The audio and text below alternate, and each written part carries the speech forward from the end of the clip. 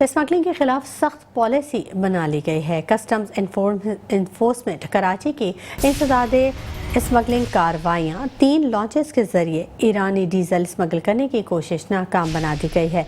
कार्रवाई के दौरान 39,000 लीटर ईरानी डीजल जब्त कर लिया गया है। जब्तशुदा डीजल और लॉन्चेस की मालियत तकरीबन 3 करोड़ 90 लाख रुपए बताई जाती है। स्मगलिंग के खिलाफ सख्त पॉलिसी कस्टम्स इन्फोर्समेंट कराची की इंसदादे स्मगलिंग कार्रवाइयाँ 3 लॉन्चेस के जरिए ईरानी डीजल स्मगल करने की कोशिश नाकाम बना दी गई। कार्रवाई के दौरान 39,000 लीटर ईरानी डीजल जब्त कर लिया गया। जब्तशुदा डीजल और लॉन्चेस की मालियत तकरीबन 3 करोड़ 90 लाख रुपए है।